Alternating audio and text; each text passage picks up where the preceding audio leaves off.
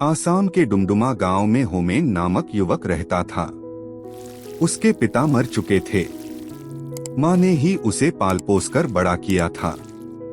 होमेन के 4 चाचा थे। वे उससे बहुत जलते थे। एक दिन उन्होंने होमेन के घर से उसका प्यारा बछड़ा चुराया और उसे होमेन को पता चला तो वह बेहद दुखी हुआ। फिर न जाने उसे क्या सूझी, बछड़े का सिर इस शरीर को दफना दिया। पास के गांव में एक ब्राह्मण रहता था।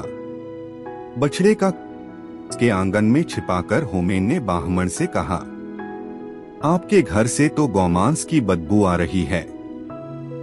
ब्राह्मण गरजकर बोला, असंभव, यदि ऐसा है तो मुझे गाय का मांस ढूंढकर दिखा।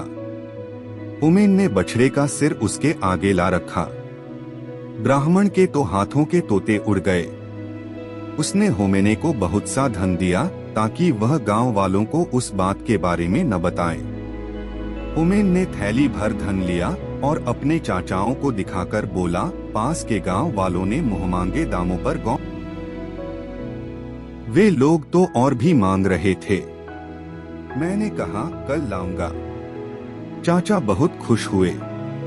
उन सबने भी अपने अपनी गाय बछड़े मारे और उनका ले गांव में ले गए। बस गांव वालों ने उन्हें देखा तो जमकर पिटाई की।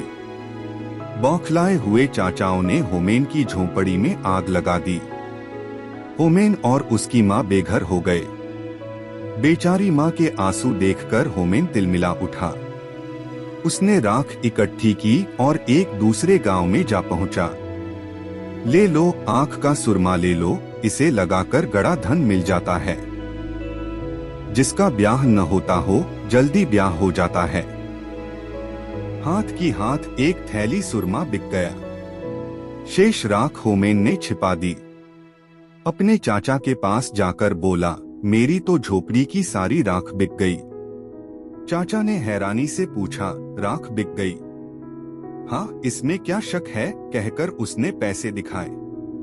फिर होमेन ने उन्हें उकसाया कि वे भी अपनी झोंपड़ी जलाकर उस गांव में राख बेच आए। बड़ी झोंपड़ी की तो राख भी ज्यादा होगी। उसके सारे चाचा बातों में आ गए। चारों ने अपने अपने घर फूंक दिए और राख ले जाने की तैयारी करने लगे। होमेन ने कहा, गांव वालों से कह देना कि हमें सुरमे वाले ने भेजा है। जो ही चारों गांव में पहुंचे और सुरमे वाले का नाम लिया तो सारा गांव उनके पास पहुंच गया।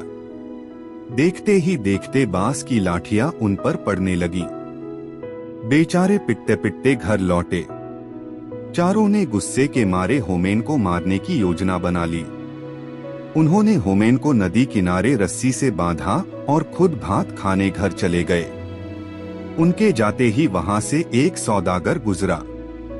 उसने होमेन से पूछा, क्यों भाई, तुम्हें यहाँ क्यों बांधा हुआ है?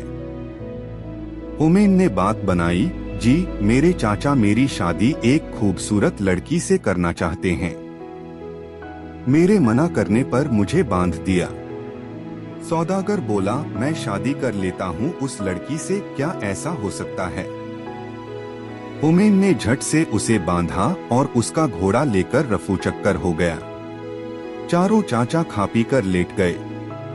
आलस के मारे उठा न गया। पिटाई के कारण पोर पोर दुख रहा था। नौकर से बोले, जा तू होमेन को नदी में फेंका, हमसे तो उठा नहीं जाता। नौकर भी कम नहीं था। उसने अपने रिश्तेदार को यह काम सौंप दिया। रिश्तेदार ने सौदागर को ही होमेन समझकर नदी में फेंक दिया। बेचारा सौदागर चिल्लाता ही रह गया। नौकर ने चाचा को सूचना दी, जी, काम हो गया। चारों मिलकर होमेन की मौत की खुशी मनाने लगे।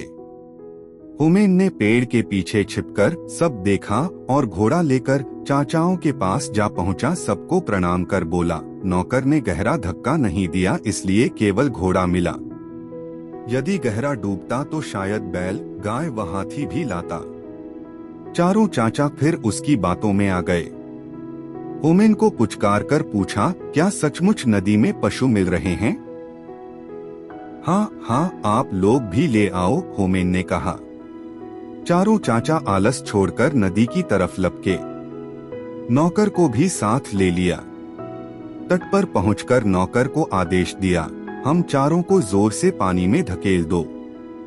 नौकर ने आज्ञा का पालन किया।